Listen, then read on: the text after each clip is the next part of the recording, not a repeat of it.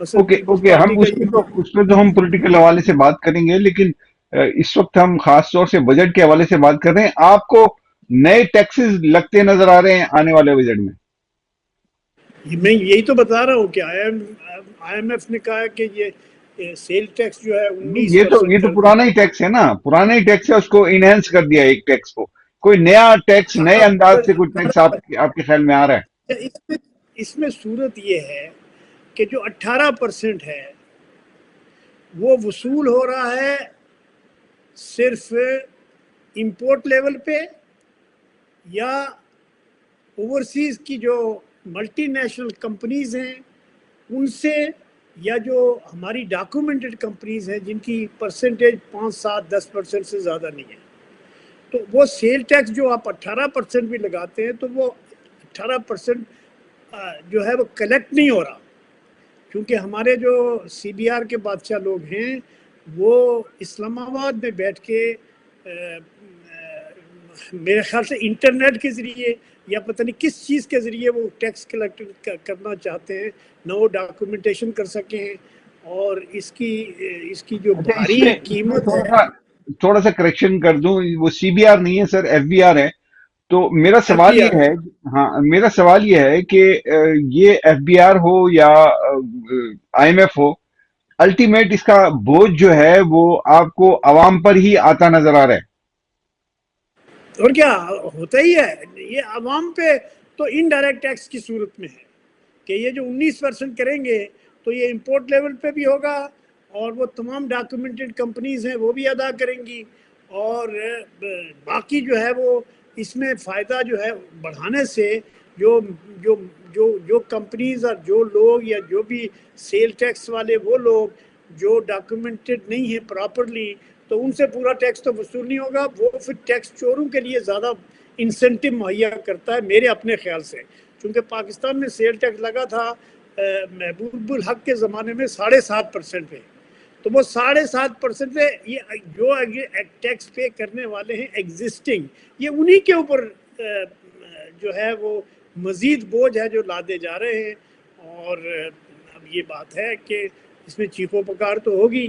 اور دوسری بات یہ ہے کہ ہمارے جو ڈیفنس کے لونز ہیں یا ڈیفنس کے جو ایکسپینڈیچر ہے وہ اس کو بھی پورا کرنے کے لیے اور قرضوں کو واپس کرنے کے لیے بھی ان کے پاس پیسے نہیں ہیں. یہ قرضے بھی واپس کرتے ادھار لے کے.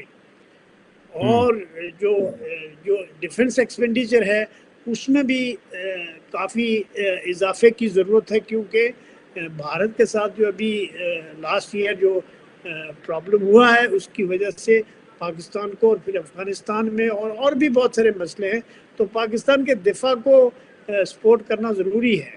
وہ میرے خیال سے جو پروونسز بھی ہیں وہ بھی سپورٹ کرنے کو تیار ہیں. لیکن سوال یہ ہے کہ اب کوئی حکومت کے پاس کیا فارمولا ہے. آئی ایم ایف کو اس میں میجر جو تھرسٹ ہے یا میجر جو گائیڈ لائنز ہیں وہ آئی ایم ایف سے آئی ہیں، کیونکہ انہوں نے اس کو ایف بی آر سے یہ کہا ہے کہ آپ 15,000 بلین اس سال میں انہوں نے وصول کرنا تھا، یہ 7 8 ہزار تک بھی نہیں پہنچیں گے. تو پہلے ہی ان کا شارٹ فال ہے اس سال کے ٹارگٹس میں، اور اگلے سال کے لیے ٹارگٹ میں شاید میرا خیال 15,000 یا 15,000 سے زیادہ وہ ان سے کہہ رہے ہیں کہ وصول کریں، تو جو نہیں کر سکتے. تو اس لیے اچھا، اس میں وہ جو اس بجٹ میں، جو آنے والے بجٹ میں دفاع کے حوالے سے آپ نے بات کر لی. یہ دفاعی بجٹ آپ کہتے ہیں کہ یہ بڑھانا ضروری ہے. پہلے جو بجٹ موجود ہے آلریڈی دفاع کا، وہ بھی بتایا جاتا ہے کہ خاصا بھاری بھرکم بجٹ ہے، اب اس کے اندر مزید اضافہ کیا جانا ضروری ہے. حالات کچھ ایسے ہیں انٹرنیشنلی، ظاہر ہے کہ وہ تو پھر تمام ممالک کی مجبوری بن جاتی ہے کہ اپنے دفاع کو سب سے اہمیت دیں یا فوقیت دیں. لیکن سوال یہ ہے کہ اس دفاعی بجٹ میں اضافے کے بعد جو بچے گا پاکستان کا بجٹ، وہ عوام کی ضروریات کو آپ کے خیال میں سال بھر پورا کر سکے گا؟ اور صوبوں کی ضروریات کو، اور خود صوبے چھوڑیے، وفاق کی ضروریات کو پورا کر سکے گا؟ دیکھو نا، وفاق کے خود کے بڑے پرابلم ہیں. آپ کو یہ بتاؤں کہ یہ جو بجلی کے ڈیٹس ہیں، حکومت کے اوپر جو لاسز ہیں، اس کا والیوم ہے 5,000 بلین. تو جو آپ کا ٹوٹل ٹیکس کلیکشن ہے اس وقت تک، اس کا زیادہ تر حصہ وہ بھی نہیں پورا کر سکتا. تو آپ جو ڈیولپمنٹ بجٹ جو ہے وہ انہوں نے شاید کوئی 2,000 بلین مخصوص کیا تھا. آئی ایم ایف نے کہا بھائی یہ اب موجودہ حالات میں تو ڈیولپمنٹ بجٹ آپ دے ہی نہیں سکتے، یہ صوبے اپنے حصے سے جو اپنے طریقے سے جو بھی ڈیولپمنٹ کریں، اور اس میں جو دفاع اور سرکار جو فیڈرل گورنمنٹ ہے اس کے ایکسپینڈیچر میں بھی کنٹریبیوٹ کریں. لیکن اس میں جو بڑا اہم مسئلہ ہے وہ یہ ہے کہ پاکستان کا جو اکنامک سٹرکچر ہے اس میں سپیس ہی نہیں ہے. اسی ٹیکسز کی جو مد ہے وہ اتنے بھاری ٹیکسز ہیں کہ وہ سارے ٹیکسز دے کے کوئی بھی بزنس چلے گا بھی نہیں.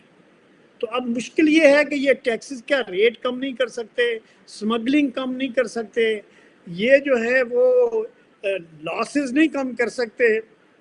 ایون ابھی جو پی آئی اے انہوں نے پرائیویٹائز کیا ہے تو اس کا بھی بڑا چرچا ہے کہ جی بڑا اس سے ہوا ہے، لیکن اس میں گورنمنٹ نے بجٹ سے اٹھ کے جو پی آئی اے کے جو لائبلٹیز تھی وہ بھی گورنمنٹ نے لے لی ہے. تو اسی طرح جو ریلوے ہے اس کا لاس ہے. اور یہ جو میں نے آپ کو بتایا کہ یہ جو لاسز ہیں بجلی کے آئی پی پیز کے جو لاسز ہیں، انہوں نے ان سے آئی پی پیز کے ساتھ کچھ ری نیگوشیٹ بھی کیا، لیکن اس کے ری نیگوشیٹ کرنے کے باوجود بات نہیں بن رہی، کیونکہ وہ جو مسلسل اضافہ ہو رہا ہے. یعنی یہ آپ سمجھ لیں اچھا، کہ کئی ہر سال سال سردار صاحب خسارے کا بجٹ آتا ہے، اس سال بھی خسارہ بڑھتا ہوا نظر آ رہا ہے آپ کو بجٹ میں؟ اس میں تو بہت بڑھے گا. اس میں قرضوں کا والیوم اور بڑھے گا، اور ہم بڑے ہائی پرسنٹیج کے اوپر قرضے لے رہے ہیں، چائنا سے، سعودی عرب سے، قطر سے، ادھر سے ادھر سے، جہاں سے بھی، ورلڈ بینک سے، آئی ایم ایف سے. تو آئی ایم ایف جو ہے وہ اگر ان کو کلیئرنس نہیں دے گا تو باقی سارے انسٹیٹیوشن بھی ان کو کچھ بھی نہیں دیں گے. تو وہ ایک تو آئی ایم ایف کی ان کو مجبوری ہے، اور اگر شاید امریکہ اور سعودی عرب کی گڈ آفیسز سے آئی ایم ایف سے ان کو کوئی صاف قسم کا وہ مل جائے، مجھے تو امید نہیں ہے، کیونکہ انہوں نے بہت جو انہوں نے ان کے ساتھ جو وعدے کیے. دیکھیں ہوتا کیا ہے کہ وہ ان سے مانگتے ہیں کہ بھائی جو پیسے آپ ہم سے لے رہے ہو وہ ہم اور جو دوسرے لوگوں سے پیسے لیے ہوئے ہیں ادا کیسے کرو گے. ٹھیک ہے. جب تک آپ ٹیکس کلیکشن نہیں کرو گے، آپ سرکار کی آمدنی کو نہیں بڑھاؤ گے، تو اس کے بغیر آپ کیسے ادا کرو گے. یہ ایک بنیادی بات ہے. ٹھیک یا ہے، تو پھر آپ لیکن ڈیفنس بجٹ بھی کبھی. اس کے ساتھ ساتھ آئی ایم ایف کی طرف سے یہ بات بھی تو آتی ہے نا کہ حکومت اپنے ایکسپینڈیچر کم کرے، لیکن وہ تو ہمیں کم ہوتے ہوئے نظر نہیں آتے. ہم ہر سال دیکھتے ہیں کہ تنخواہیں اور پینشن میں اضافہ ہو جاتا ہے. دوسرا یہ کہ وہ جو خود اپنے اخراجات ہیں حکومت کے، مثال کے طور پہ پرائم منسٹر ہاؤس کے اخراجات ہیں، یا پریزیڈنٹ ہاؤس کے اخراجات ہیں، یا ان کے غیر ملکی دوروں کے اخراجات ہیں، وہ تو بڑھتے چلے جاتے ہیں. اور جو جتنے بھی پارلیمنٹیرینز ہیں ان کی تنخواہیں بڑھتی چلی جاتی ہیں. تو وہاں تو کوئی اثر ہمیں نظر آتا نہیں ہے اس کا، کیونکہ آئی ایم ایف کی طرف سے مطالبہ تو ہے لیکن وہاں پہ کوئی فارمولہ نظر نہیں آتا کہ ایسا ہوتا ہو یا ہوتا وہ نظر آئے. میرا مطلب ہے اگر آپ کو 15,000 بلین چاہیے ٹیکس میں، اور ابھی اس سال میں جو آپ نے جو خسارہ ہے، یا جو آپ کا بجٹ کا اور جو لونز کا اور ٹی پیمنٹ کا جو خسارہ تھا، وہ بھی سارے ملکوں سے پیسے لے کے آپ نے کسی حد تک پورا کیا ہے. ابھی یہ اکنامک سروے آئے گا تو پتہ چلے گا کہ اس پہ اس سال میں ہوا کیا ہے اور اس میں کتنی گنجائش ہے. تو یہ جو بات آپ کہہ رہے ہیں کہ جی یہ میں آپ کو ایک واقعہ سناتا ہوں کہ ایک زمانے میں چائنا میں بجلی نہیں ہوتی تھی. اب تو چائنا میں فالتو بجلی ہے.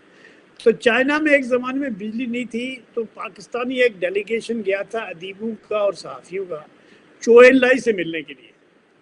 تو چوئن لائی کے دفتر میں جو ہے وہ لالٹین جل رہی تھی یا پھر وہ یہ موم بتی جل رہی تھی.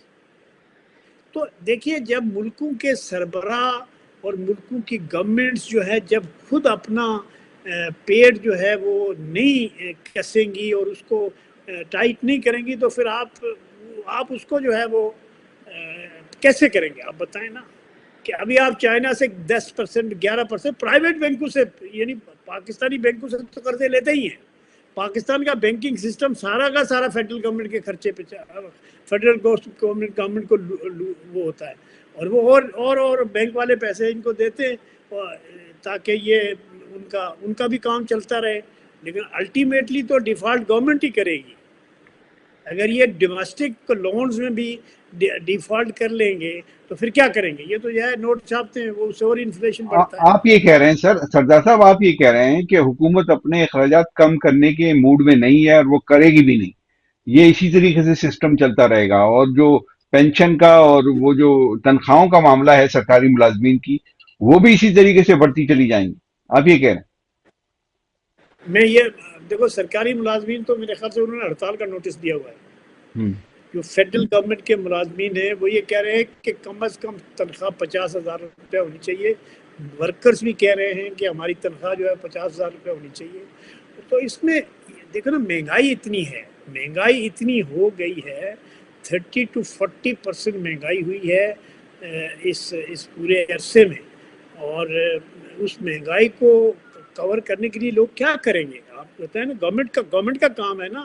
دیکھیے, گورنمنٹ کا کام ہے کہ لوگوں کے لیے اپرچونٹیز کریٹ کرے, ریسورس اپنے لیے بھی کریٹ کرے اور اپنے لوگوں کے ذریعے بھی ریسورس کریٹ کروائے, تاکہ ملک کا خزانہ اپنے اندر کے ٹیکسز سے بھرے اور اس کے نتیجے میں پراسپیرٹی آتی ہے. ایسا تو ہو نہیں سکتا کہ آپ 11% پہ 10% پہ 8% پہ 7%, کسی پرسنٹ پہ بھی جو بھی لون مل جائے یہ فوراً لیتے ہیں. میں تو حالانکہ وہ جو انہوں نے اسٹیٹ بینک بھی جو ہے وہ آئی ایم ایف کو دیا ہوا ہے, لیکن وہ State Bank I M F کے ہونے کے باوجود کچھ بھی نہیں ہوتا.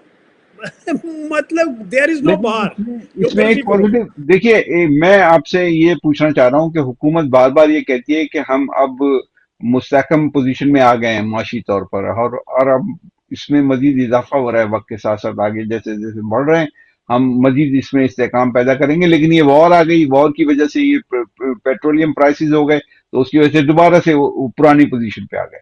لیکن حکومت یہ دعویٰ کرتی رہی 6-7 مہینے پہلے تک کہ ہم بہتر پوزیشن میں آ گئے. اب سوال یہ ہے کہ اگر یہ بہتر پوزیشن میں آ گئے, جو آپ کہہ رہے ہیں کہ یہ تو مانگے تانگے کی معیشت ہے, تو پھر کہاں بہتر پوزیشن میں آئے سر؟ کوئی بہتر پوزیشن نہیں ہے. دیکھیے, ہمارے ملک میں یہ بہت بڑی بدقسمتی ہے, جو ہمارا کامن مین ہے, جو ایلیٹ ہے, جو سوشل جو کامن لوگ ہیں, جو انٹلیکچوئلز ہیں, جو باقی یہ لوگ بھی کچھ نہیں آواز اٹھاتے. حالانکہ ان کو پتہ ہے اکانومسٹ جتنے اکانومسٹ گورنمنٹ کے جو اپنے لوگ ہیں جو وہاں گورنمنٹ میں ملازم, ان کو چھوڑ کے جتنے انڈیپینڈنٹ پاکستانی اکانومسٹ ہیں وہ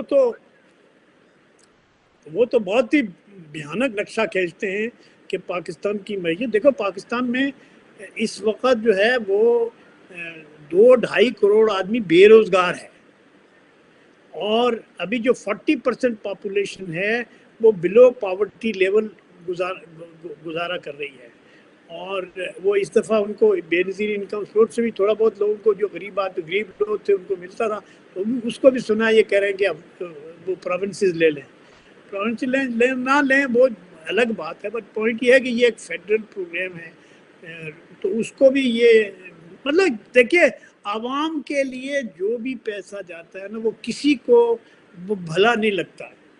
لیکن جب تک عوام کی تعلیم پہ, انفراسٹرکچر کوئی بلڈ ہی نہیں ہو رہا, انفراسٹرکچر بلڈ نہیں ہوگا, جو ہے وہ انڈسٹری نہیں لگے گی, آپ کے یہاں مینوفیکچرنگ نہیں ہوگی. ہمارے وہاں مینوفیکچرنگ بند ہو چکی ہے, اور یہ سارا ملک پورا جو ہے وہ ٹریڈنگ ہاؤس بن چکا ہے.